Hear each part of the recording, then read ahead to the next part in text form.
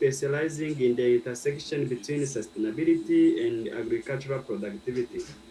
And he has a huge experience in circular economy with different consultancies he conducted with GIZ, MDF Global, and the African Development Bank. Now, his research focuses on circular food system, a pathway to climate change mitigation and climate smart agriculture, a case study of Rwanda. This study seeks to provide a sustainable solution for climate resilience through regenerative economic models.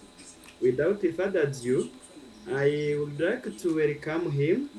So he takes us through the presentation under the title Circular Food System, a pathway to climate change mitigation and climate smart agriculture, a case study of Rwanda. Welcome, Taifa. Thank you, Mr. Vena. Just a small correction a bit on the biography. It's the Africa Development Consultant, not African Development Bank. Sorry. Thank you, ladies and gentlemen. Okay.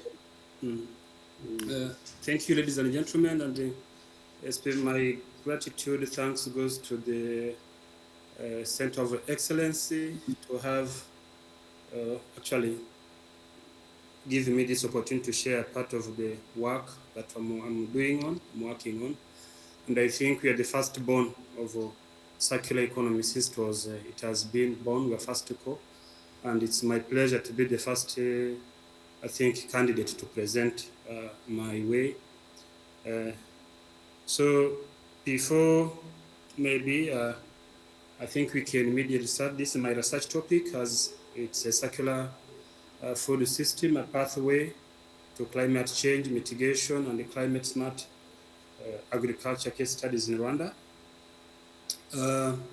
The outlines of the presentation is we'll define some terminology, we'll look through the research problems, research objective, and the core component of circular loops, circular food system and linear model, significance of the study, literature review, conceptual framework, research questions, research methodology that will guide us through this journey, and the anticipated outcome of this research. I would love to hear also on the conclusion, I would love to hear comments and the questions from the after presentation. So let's dive into definition. This a circular economy and the circular food system is a very new model, and it's all about. It is defined as a definition, as you can see. It's a circular food system, a closed loop approach, shift from linear, which is take, make, waste, to regenerative model, including nutrient recycling. So to make it brief, maybe to understand it, it's all about changing from a linear model, which was the traditional model, which actually involve take, make, and dispose. And this is the disposal that we make. You know what it causes. It actually generates a lot of climate mitigation measures and a lot of the challenges. So that's where circular economy has been born, and so we have also a smart agriculture, which is integrative technologies that involve application of Internet of Things, sensors, mobile platforms, and precision tools to optimize resources, use residue, post-harvest losses, and enhance resilience. So we have also another term maybe we have also climate change, global warming, and the erratic weather patterns impacting Rwanda, including rising temperature, increased erosions, droughts, and the high greenhouse gases emissions. So far, we are at the global level, we are at 45% from producing. All these greenhouse gases actually are generated from the waste that we generate on our landfills.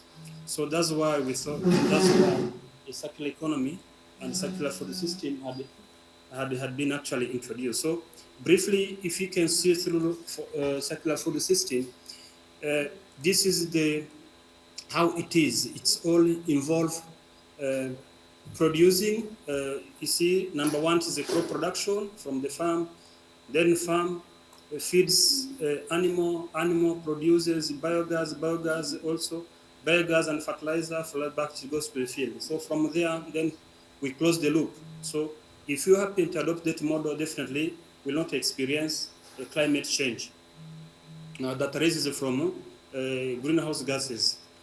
So the research problem currently make waste model is pushing Rwanda toward an environmental and economic dead end. The waste crisis Rwanda waste over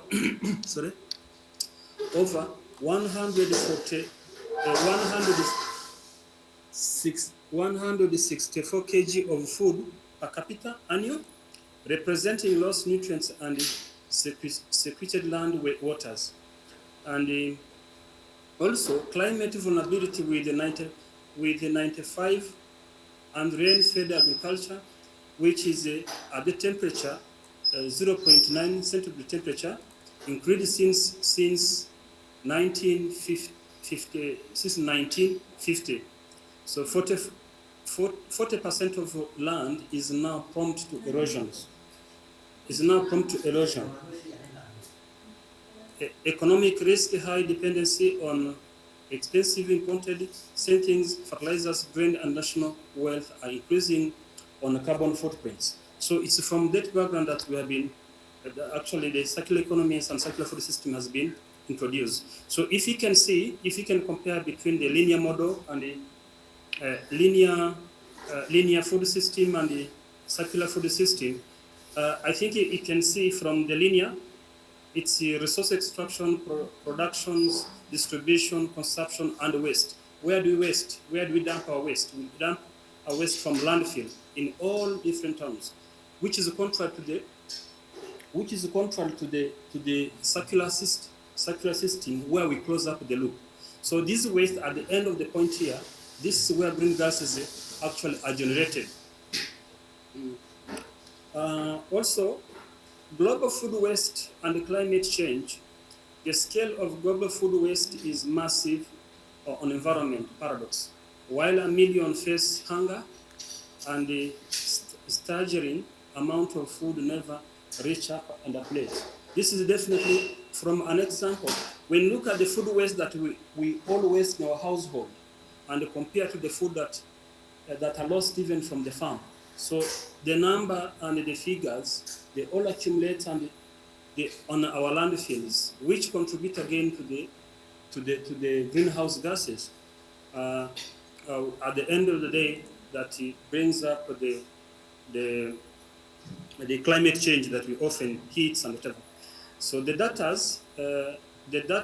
2025, 2006, according to the UN Environment Program, UNPD, approximately 1.05 billion of tons of food are wasted annually. This represents nearly 19% of food available to consume. So you can imagine the quantity of the food. This is an example we can even take from our daily life. When you see the quantity of the food hotels and the restaurant wastes, it's really, the amount is really alarming. So climate impact, food waste is responsible for 8 to 10% of global greenhouse gases emission. The methane factor, when the food rots in the landfill, it produces methane, greenhouse gases, over 25 times more potent than carbon dioxide at the tramping heat in the atmosphere. So food waste in Africa and in Rwanda. In Africa, the challenge is distinct one from Western nations, while Western waste often happen at the retail and consumer level food waste. Africa waste occur primarily between the farm and the market. This is where food loss occur. African country post-harvest losses is up to 40% of the food in sub-Saharan Africa is lost before even reaches the consumer due to the poor storage, lack of refrigeration, cold chains, and inadequate transport. Economic tolls, this loss costs the African economy billions of dollars annually and undermine food security for the million of people. Okay, waste crisis, it's actually 164 kilograms of food waste per capita annual, leading to the loss of nutrients. So I think climate vulnerability is 95% of them. I think this was mentioned this a bit. So the current statistics, data from Rwanda Environmental Management Authority, it is estimated that amount of food are often lost annually.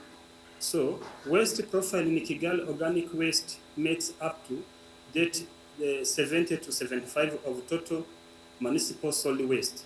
Climate link emission from the waste sector, largely rotting organic matter, account for approximately 12 of Rwanda total greenhouse gases. So this study will be guided with this general objective. The primary objective of this study is to evaluate the role of circular food system as a strategy pathway for climate change mitigation and advance of smart agriculture in Rwanda, focusing on the systematic transformation of resource management from production to consumption. Specific objective will be to achieve this general objective. Will focus on the following specific objective: to analyze the current status and the prevalence of the circular bioeconomy practices among smallholder farmers and agribusiness in Rwanda, specifically focusing on organic waste, valorization, e.g. composting, and insect-based feeds. To assess the impact of resource efficiency and the closed-loop system on soil fertility and agriculture productivity as a means of reducing the national dependency on systematic carbon intensive fertilizer. The objective also that to examine the climate change mitigation potential of circular food system by qualifying or modeling the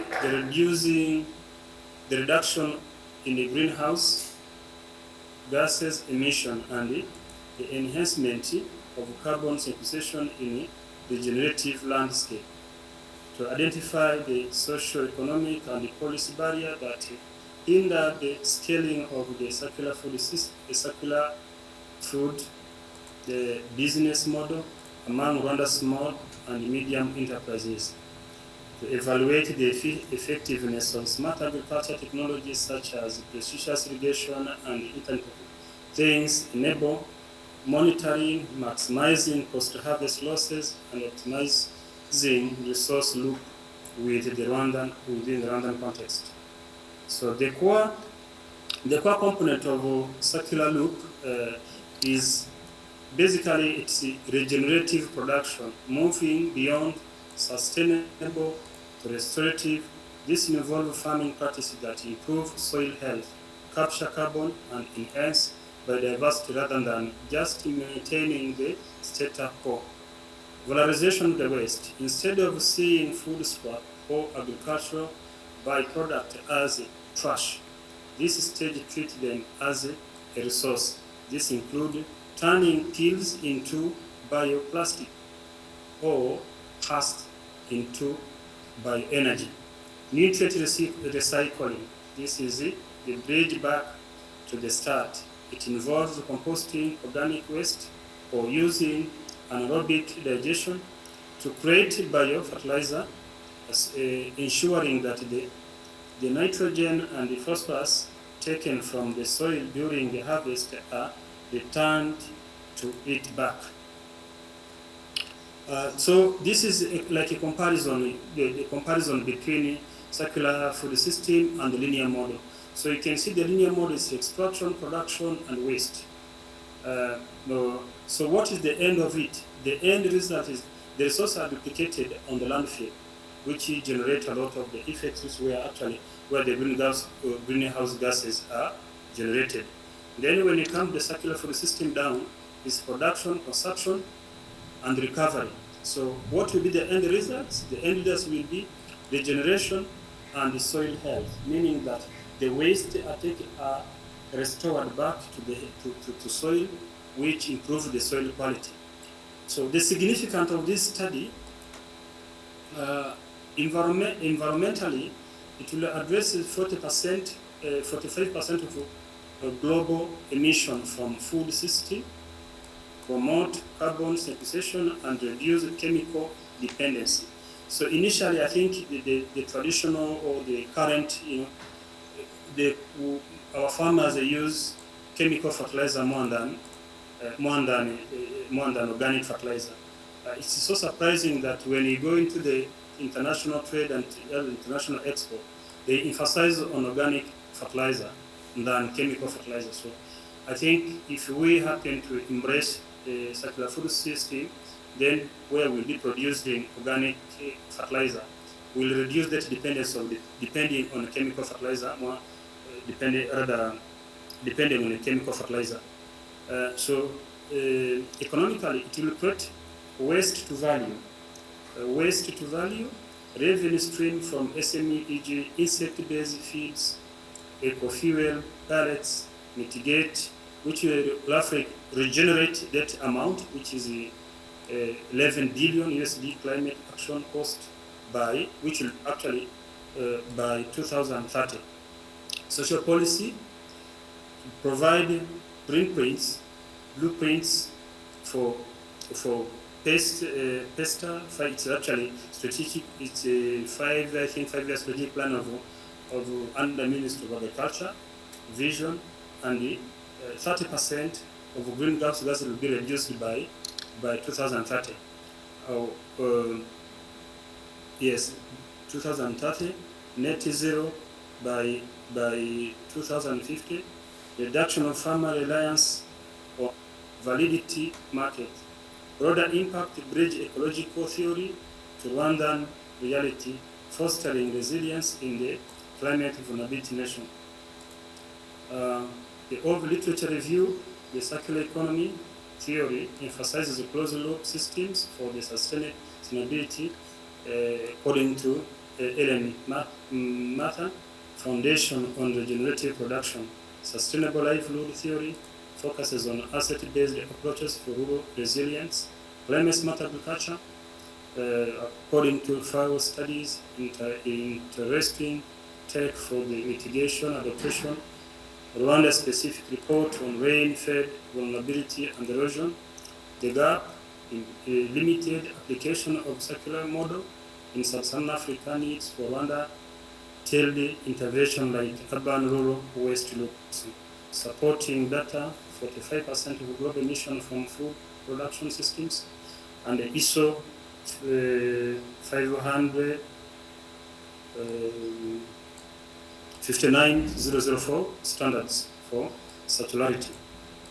So the conceptual framework of this study, the circular transition, regenerative production, resource recovery, loss reduction via smart tech, feedback loop, addressing emissions through closed system, macronutrient loop, recycling organic waste from a compost waste, valorization byproduct into feeds, mushroom regenerative designs, soil ecosystem restoration, Rwanda adaptation, geography specific, e.g. in eastern, crop livestock, integration, northwest, terracing, agroforestry, Kigali urban, west to rural fertilizer.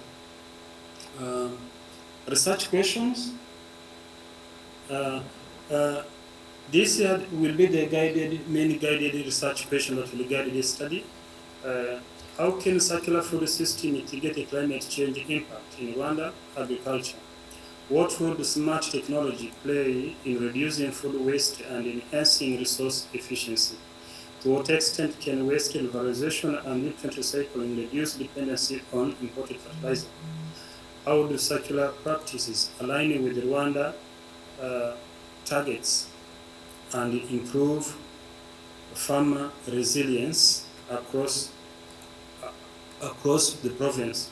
What policy institutional barriers exist for implementing the ISO 59004 standards in agribusiness?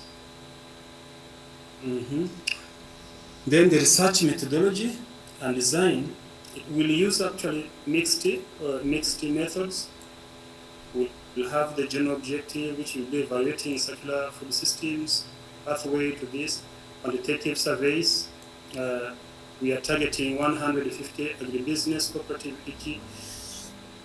waste managers, waste management for municipality, and the quantitative interviews with the Minagri and the Rwanda Bureau of Standard, which actually falls under the ISO 59004 standards. To understand this zero, the ISO 59004, one of the biggest challenges so far with all SMEs that in the sector of producing organic fertilizers is that it is not yet standardized. In other words, you cannot bring the organic fertilizer in. There's nowhere you have a shop for this organic fertilizer. The reason why it has not been certified. So certification is a very big problem for this sector. So possibly through the discussion, maybe we'll come up with some very good recommendation on this point. So we have also case study focused on Rwanda specific intervention by province, Eastern Province, West Kigali, and Urban. Hypothesis of circularity reduces synthetic seed input by 30%, improve the soil health and yields. Then what we're expecting out of this research, and we are expecting that environmental or climate mitigation will be reduced, carbon emissions via waste diversions, the basin compost increased through agroforestry, and 30% of less synthetic seed fertilizers, agriculture productivity resilience, soil health, and stability yield during the shock validity of Internet of Things for loss reduction, socio-economics policy, new SME models, e.g. coffee hust to feeds, cost saving for farmer, framework of PEST 5 and PEST 5, which refers, actually this PEST 5 it refers to the Rwanda 50 strategic plan for agriculture transformation, and the 53% of greenhouse will be cut by 2035. Institutional technological standards for bio inputs, Internet of Things enable for urban rural connections. This is a brief summary of it, the outcome area and the expected impact rather. So we have environmental reduction of greenhouse gases by that 38 by 2030, and the economy creation of green jobs in posting waste to energy and sustainable packagings, agriculture improved soil fertility and reduced dependency on expensive imported synthetic fertilizers food security, reduction of post-harvest losses, making more food available, and stabilizing market prices. In conclusion, the question or takeaway, circular food system offer a transformative pathway for Rwanda, turning climate change into an opportunity for mitigation, smart agriculture, and economic growth. And that will lead to call upon other coal production, which will align with the Vision 2050 for net zero by 2050. So I think these are the references.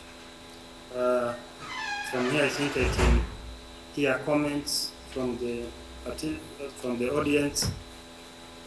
Thank you very much, Vena. Hello? Thank you very much. That was a great presentation.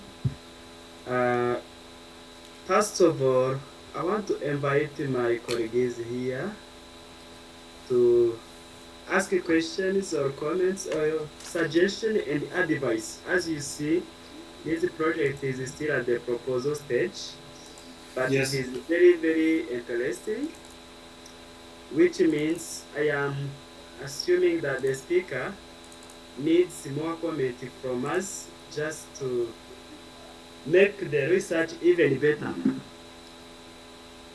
And before I give the floor to Uwizeye, Taifa, I want to compliment you because it's interesting to see how you are linking your research with the country's targets and goals. That's very interesting, and all of us can learn from you even on that aspect, because everything we do it in our country, which has strategies and targets, which means we need to help our government reach those targets.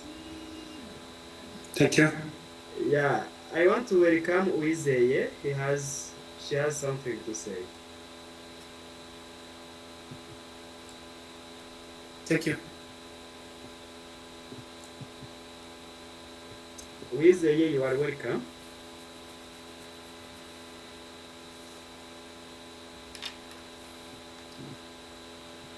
Was that hand by error? Yeah, before she comes back, I want to ask you, Taifa, Yes, please. at a small scale, at our households, Yes. what do you advise? What's your advice on how we can treat food wastes? I am not wasting my kaunga on the table, but I am saying that peels of Irish potatoes, of banana, of sweet potatoes, and other stuff like those are mostly wasted and nothing to use them. What's your advice at our households? Thank you very much. Maybe not even at food that we have at home. You know, when you talk about circular food system, it's a broad aspect. In other words, just start from the rainwater that comes from your roof. That water is wasted, and you try to see the cost that you spent when buying water, actually from the bill of water. So imagine if you happen to circulate, to collect the water, harvest that water, and use that water that you have been harvested from your roof. You use it for other domestic work, use maybe like irrigation, irrigate, you greens actually at your home, vegetables on your home. And then try to imagine the cost that the budget will be, you will save actually, the amount that you will save. It is estimated that if you happen to harvest the water, you can save roughly 50% of the budget that you could even have been spent. Now let's come back to the question that actually I've raised regarding the food waste that we leave in our table, in our day. Surprisingly, we leave that food in the table, and we pay somebody money to go and dump that food on the what? On the landfill.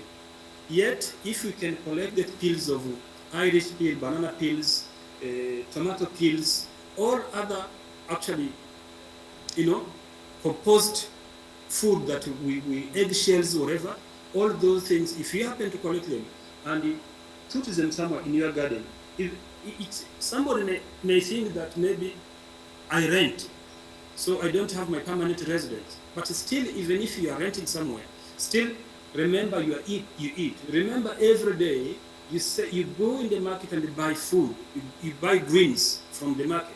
But imagine if you happen to organize to make just a garden, a garden, and use that food waste from the table and make it compost to add the quality value to your farm. Just imagine. Just imagine how you will be saving your budget and saving even the climate.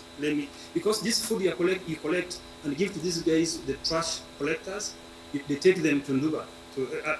I'm speaking to somebody who is like in Mitigation, Nduba. And what will happen there? You have contribute to the climate, to the greenhouse gases. But if you happen to just compost it from there, in your garden, definitely, these guys who come and knock at your gates to look for money, you no longer have it. And you'll be automatically food secure. Thank you. Yeah, thank you very much. Before you come to my second comment, I want to welcome others. Actually, I don't want to speak alone. Please feel free to ask questions or comment. Irachiza David, you are welcome.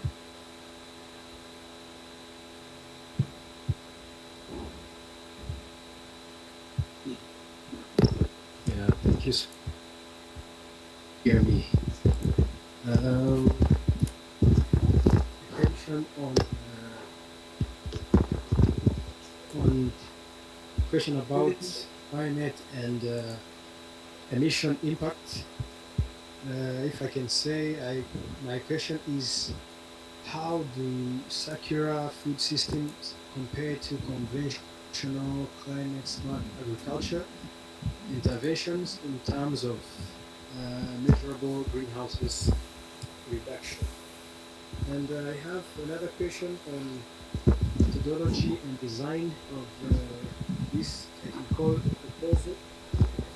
What indicators did Tarifa use to measure the improvement of soil organic carbon? Thank you. Sorry, sir. The first question is a bit.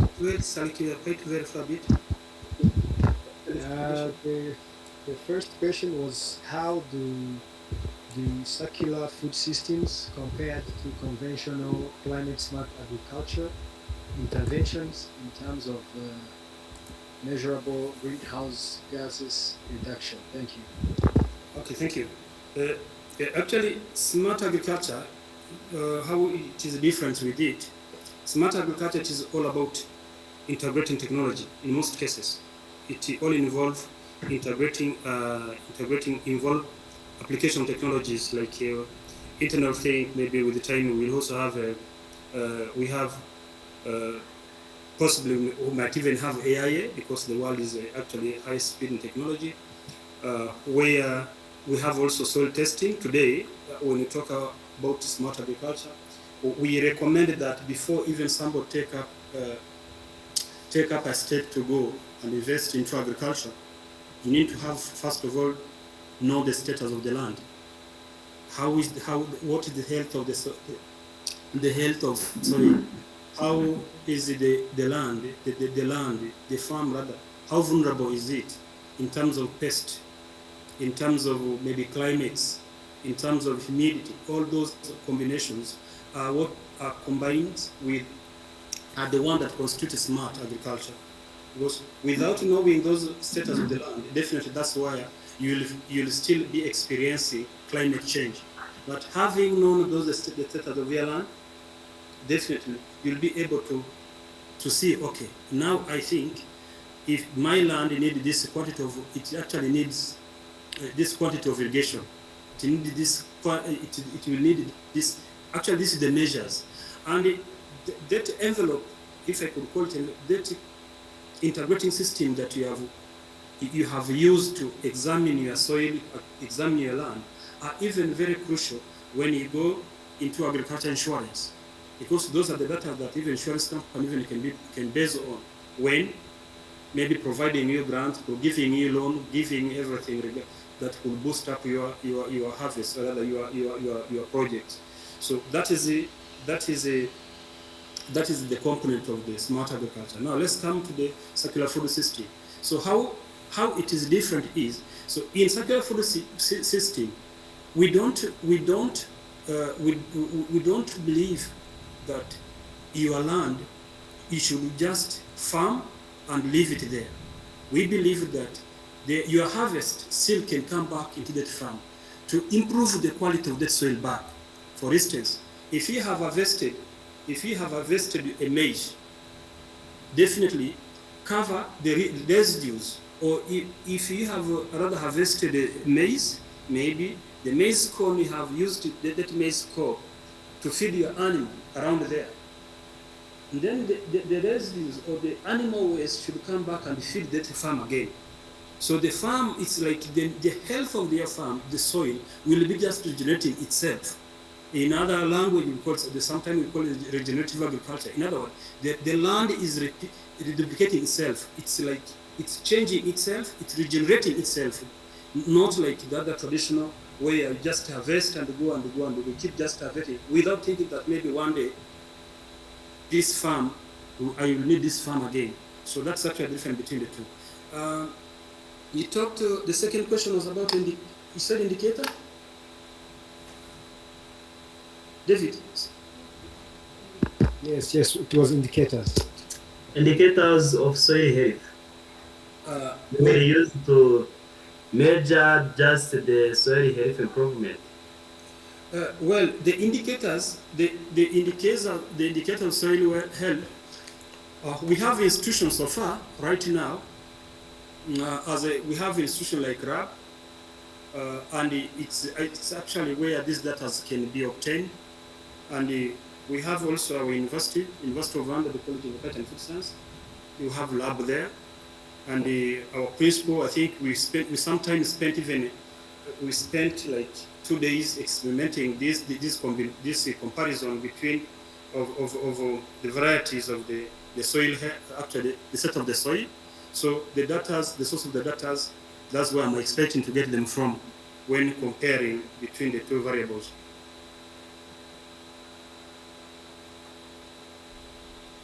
Hello? Yes, but Taifa, yes, please.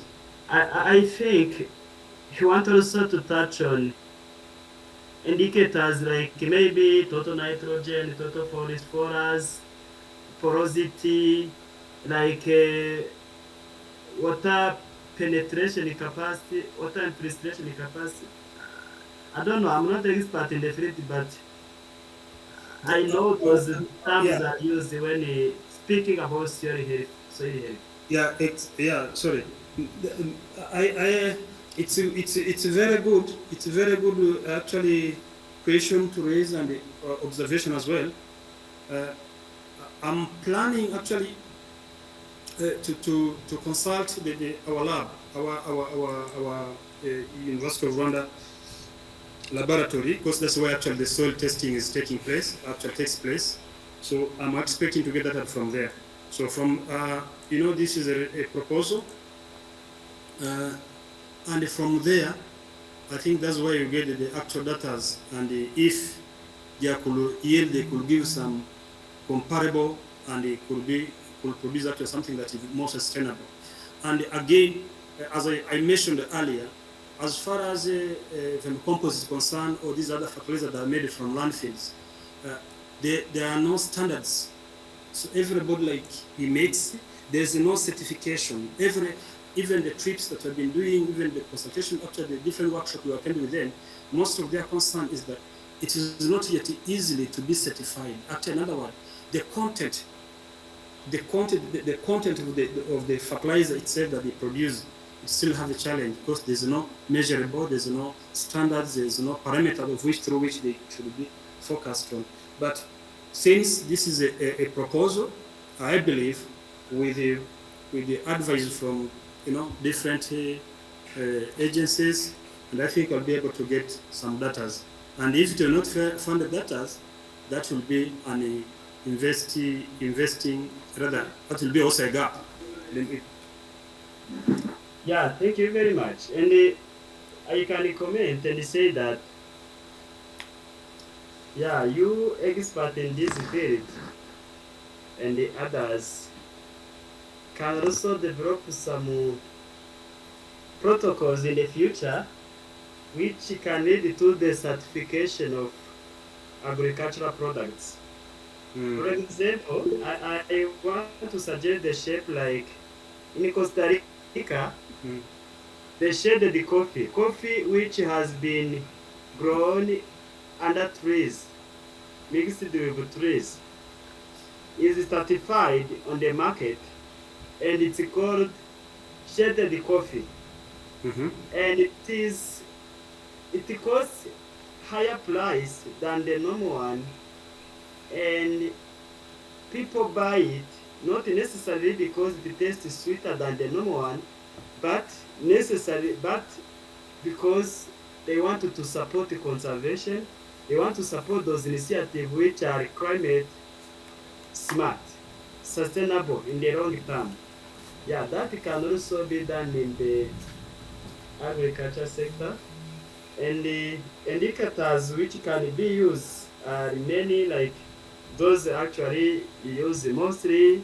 I talked to some of them. There is also CN ratio. There is also the, I don't remember the term, but there is a way of like determining which how much silt, clay, and the sand is available in the sand, in the soil, and also the pH, and those actually comparing soil which has been managed using circular food system methods, and another soil which has been managed through like traditional ways of working, including using like inorganic fertilizers and other unsustainable practices. And when we can compare those, we can see tangible results we can use when we are going to certify people. Okay. Actually, I think this I will speak. I think that could be so nice if it is jointly approach with the University of Rwanda to be something very good. If you could recommend in that context, and I would love it.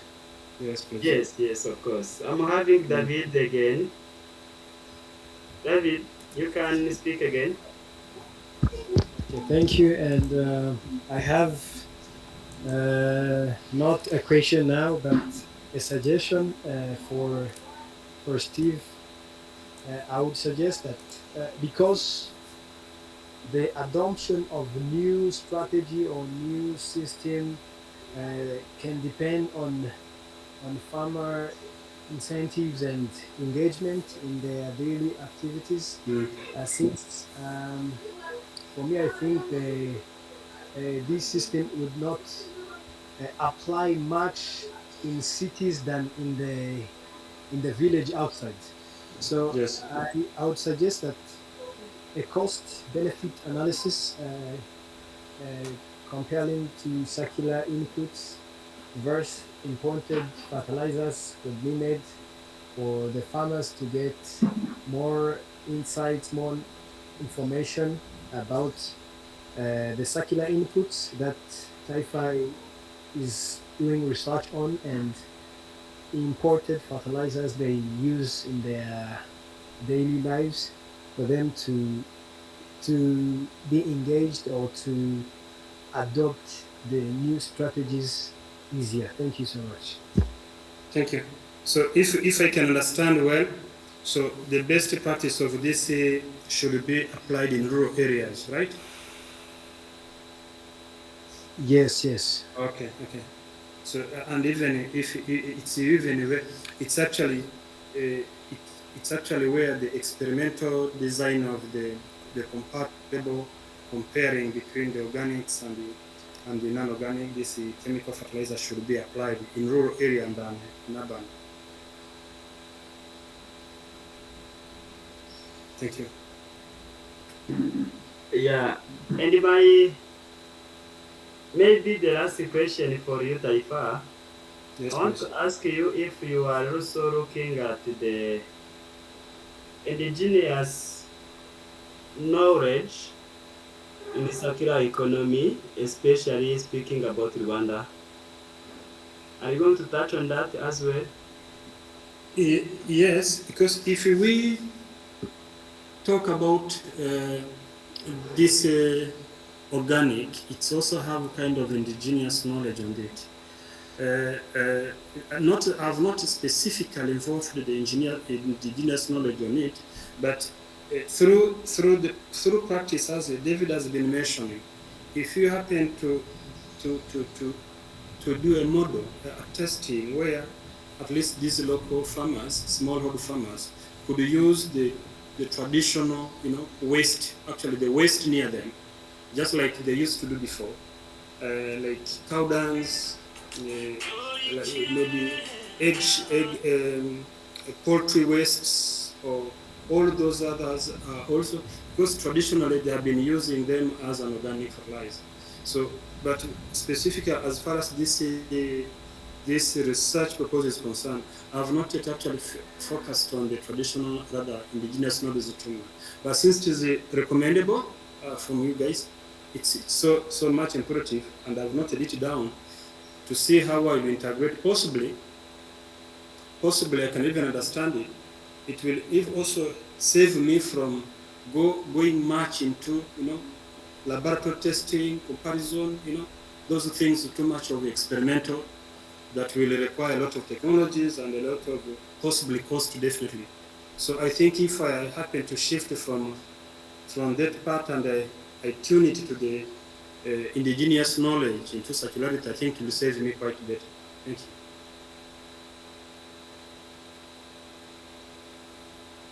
Hello? Yeah, thank you very much. Yeah, I am also suggesting that because Rwanda agriculture has also some practices where agriculturalists used this kind of circular agroeconomy to sustain their yields, which I think can be combined with emerging methods, and we can get far. Sure. Yeah, someone has had a hand. Oh, Jackson. Yes, you are welcome, Jackson. Thank you, Vena and team. I think I'm clear. Can you hear me? Yes, you are very audible. Yeah, I was also pleased with Stephen's work. People in that sector of food production or in the environment sector, to us it is really beneficial. But maybe I may ask some questions that may have been asked before. Probably I may have joined a bit late, but still for me, when I read through as you are presenting, our study is about circular food system, right? Yes. Yeah, and when you're presenting, it's like, to me, I felt like maybe it is okay to be comprehensive enough. And but in Rwanda, we have the national circular economy, that kind of framework. The circular economy roadmap. Yes, that one is there. Maybe it may have skipped you from the documents you mentioned. I didn't see how we shall link our work to that economy, so we can link our information to the economy. Maybe could be a gap to fill, or I don't know. Otherwise, I thought that would be also important. Actually, only that I have not included it in this PowerPoint, but on the Word documents, it's there, only that I might have skipped it, but thank you for, I've noted it down. Then the other thing that I felt we have maybe to be on the same board is like in Rwanda currently, we are seeing that we have a problem of food waste, let me call it that way. And we are saying we can turn these food wastes to become, you know, into yes, to become resource, or we bring back to new processes, like we were saying, regenerative agriculture, regenerative farming. Sorry, if that's the case, we have that. Do we have that will policy-wise? That's the question I would like to pose there. If the will is there, then what is missing for us now to put it into, you know, practice? And when we went further, like for me, when we say climate smart agriculture, because me, I'm looking at circular economy as a sustainable model, right? And Yes, in climate smart agriculture, there are still some elements that to us we don't feel they are sustainable, like use of inorganic fertilizers. We all know the issues with the chemical fertilizers. So when we meet like something like climate smart agriculture, it's like we are still somehow into the other business as usual. So I was like thinking, isn't there any other way we can, like, you know, bring up this element, but without bringing in climate smart agriculture? I don't know. That's a point that we can think about. But for me, when you presented, what came in my mind was composting, like, you know, up recycling and regenerative farming, which are like, these are natural systems that we want to maintain without, you know, bringing in these external factors. So that's how, I don't know if you are getting yes, me well. and actually I got you, and maybe to give you a concrete example from my personal experience. Definitely regarding recycling, of course, food waste is huge, and surprisingly, despite of the we lost a lot of the food right from the farm on the way to the garden, rather to the store, to the transportation. We all, you know, and if you can measure, if you can count the distance that the Irish potatoes travel from all along from Musanze to Kigali, you know, the distance is quite huge. Or Matoke from Rwanda to Kigali, and at the end of the day, you go and waste that food when to reach the. It's really, definitely, it's really so bad. But the will is there to turn waste into valuable things. But again, the challenge that is very big here, definitely, we have the issue of compliance with the policies. If you produce something here in Rwanda, actually that is our system. We need to bring something which is standardized, which has known and in environmental effects or biological effects or anything. So it should be something to bring the market should be have been going through the processes and the protocols of examination, of testing and approval. So I think one of the biggest challenges that one. I remember I was trying to recycle eggshells into calcium, which is animal feeds. So, but one of the biggest challenges I counted was like I have to look for the budget to take the eggshell powder, which are calcium, into laboratory for testing before even pack them. And you know, eggshells, and I have abundance of them. And finally, they are animal feeds. They are even chicken even use them. So it's actually a business that is dormant somewhere there. So, but the protocols of grinding the eggshells and packaging them and distributing them, you need to go in all other those protocols. The same apply to these other food waste that we turn them into organic fertilizer. Before I come and buy or open up a shop of organic fertilizer somewhere in the certain town near the farmer, you need to be certified first. So the gap is still under certifications. You understand, Jackson? The will is there, people are committed, but first, even actually mostly youth who are committed, and but however, we still have some people, if you want to make it on at a local level, you can just make it, and the people are there to buy them.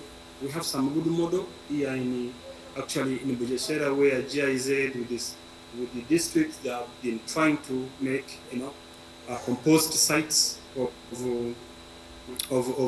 this organic fertilizer, and I've been seeing some local farmers just come and buy it from there, from where they compost the site, and they take them. But if you want to standardize it, definitely you need to go through all those protocols. Thank you.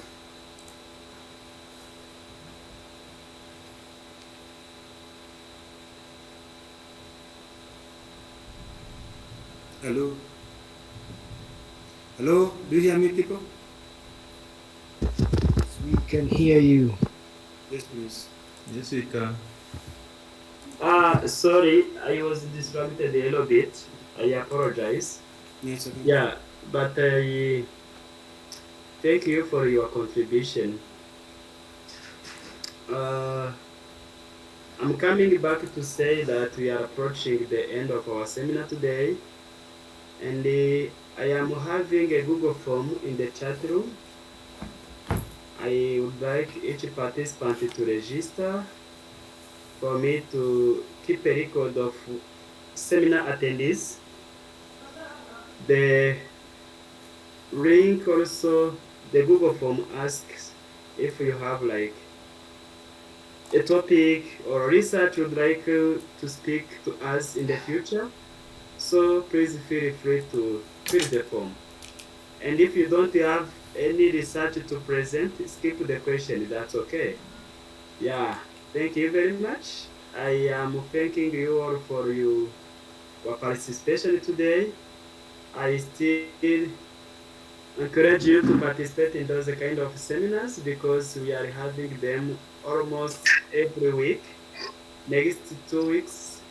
In the next week, we are having another one. In the next one, we are having another one. So please, every Wednesday, 3 p.m., be ready for the seminar. Okay. Thank you. Yeah, thank you very much. And particularly Taifa, and I encourage you to keep up the good work you are doing in this field. You are among the first researchers to do research about this. And I think there is something big coming out of this research and the research of your colleagues in the Masters of Circular Economy, and maybe the PhD in the program will be coming very soon. Thank you. Yeah, thank you all for attending today. We keep in touch. See you next time. Okay.